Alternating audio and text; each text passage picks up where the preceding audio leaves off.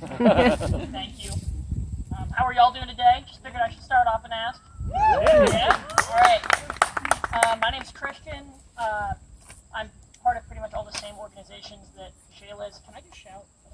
No.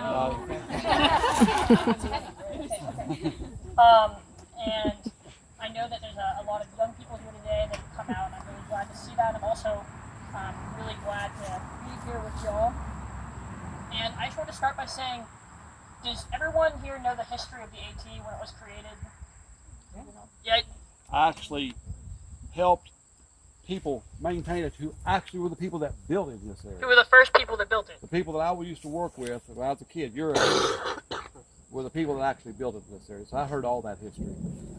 So the AT it began during the Great Depression, and it was a program by Franklin Delano Roosevelt to try and empower and reemploy young Americans, mostly young men, that needed money to send home to their families. So they were sent out and they carved this trail through the wilderness, and in exchange they were paid and they could send money back to their families far away so that they could, have a little bit of a stipend to maybe survive the Great Depression.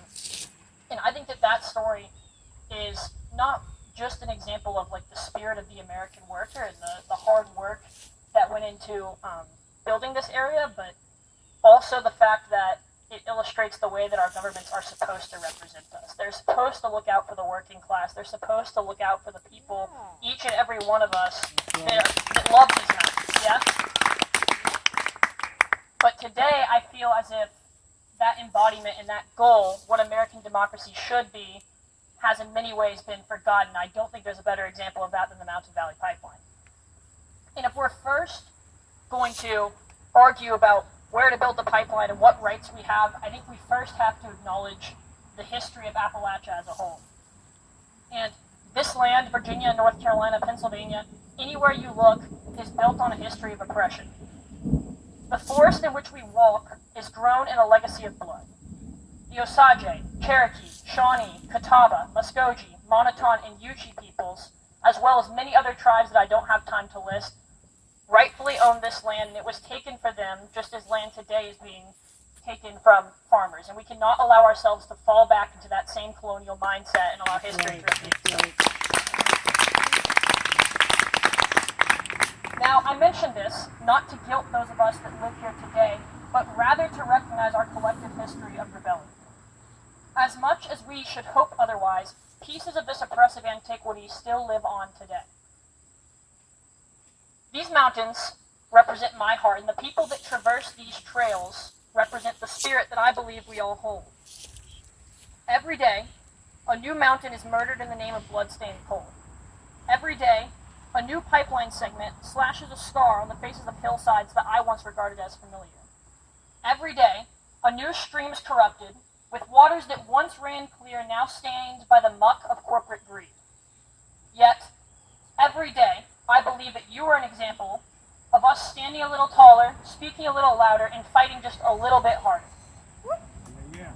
Yet, the pages of history tell us that when we retreat, when we adapt and acclimatize, our destruction will be swift. The corporate interests that place profit over people believe that in the final hour, when our land has been raped, pillaged, and burned in its entirety, its beauty absent and its creatures gone, that our will to fight will have perished as well. However, the pages of history also tell us that when good people come together, the walls of their oppressors can buckle underneath their collective charge. Our fight will go on as long as there is still an Appalachia to protect. The youth who are here today have a message for those that would sacrifice our adulthood for their profits. Who the hell do you think you are? Our lives are not for sale, our lives are not for yours to toy with, and our lives belong to us and us alone. Your youth are here, and we are prepared to fight for our future and for your present, but we cannot do it alone. We salute our elders, those who have undertaken the fight for our years that we have not yet lived. It is our livelihoods that will ultimately be threatened the most by this hedonistic exploitation of the land and the tyrannical releases of carbon. Despite this, both the youngest and the oldest among us have undertaken a fight not just for themselves, themselves, but continued a fight for the livelihood of today's children. Just yesterday, what was her name? 75-year-old woman that Duff. Perfect example of that, you know? Raging Granny. That's a cool name. I wish I was. And I think that there's a quote by Benjamin Franklin that puts it incredibly nicely. He said, "Justice will not be served until those who are unaffected are as outraged as those who are." So it doesn't matter if the pipeline is going through your farm or if you live 50 miles away.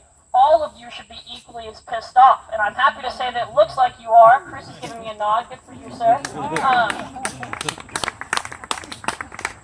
And I know that today, as I speak to all of you, my peers, my elders, my representatives, that we need to stand in solidarity with our history and stand in reverence of our culture and unite across the boundaries of age, class, or creed.